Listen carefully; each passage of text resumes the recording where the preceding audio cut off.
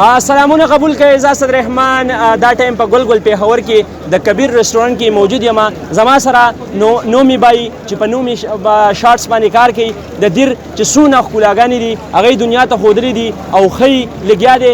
راغلی یو کبیر رستورانټ کې د هغه سره ملاقات وشو. د هغه نه به په دې پښتنه مینه باندې څه کمنټس اخلو چې هغه په دې باره باندې څه وایي چې پښتون څنګه پرمختګ کوي، پښتون به څنګه مخې ته ځي، څنګه د پښتون دا سافټ امیج چې کوم دی هغه دنیا ته موږ وایو. نومان بھائی ډېره مهرباني، ډېره مننه.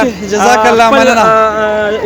کمنټس سره شریک کړئ په دې ایونټ په باره کې چې څنګه پښتنه مینه چې کومه ده دا دغسې دنیا ته موږ وښایو. ډېره مننه قدرمن شي، یو جهان مننه تاسو دغه بونیر نه راغلي.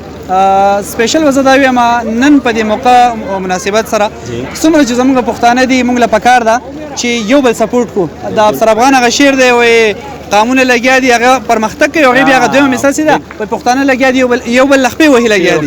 نو موږ له یو بل لخپې وهل نه دي پکار. هغه شعر راله صحیح نه راتو معذرت، خو مطلب دا ده چې موږ له دا تبرګي یو بل پسې پرېښودل پکار دي، دا سلټه یو بل نه ختمول پکار دي. پکار ده چې کوم پښتون په پرمختګ روان دی هغې له لاس ورکړو، هغه سپورټ کړو. که چېرې هغه فاینانشلي نشو سپورټ کولی هغې باندې خولې سره د هغې اپریسیشن وکړو، په ښه طریقې باندې د هغې پروموشن وکړو.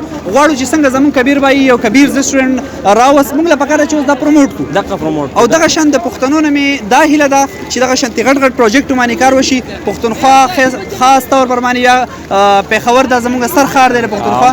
که چېرې دا آباد شي پښتونخوا به آباده شي، که چېرې دا برباد کو پښتونخوا به برباده شي او پاکستان به برباد شي. دقسې وایي که نه دا خاوره چې کومه دا زرخیزه ده او اقبال وایي که نہیں ہے نا امید اقبال اپنی کشتی ویرا سے ذرا نم ہو تو یہ مٹی بڑی زرخیز ہے ساقي. نو دا ځمکه چې کومه دا سرخیزه ده دلته پښتانه دي، دوی له به لاس ورکړو، دوی به کامیابو. مننه کومه ستاسو ټولو اجازت نه غواړم. په لوی الله م سپارم.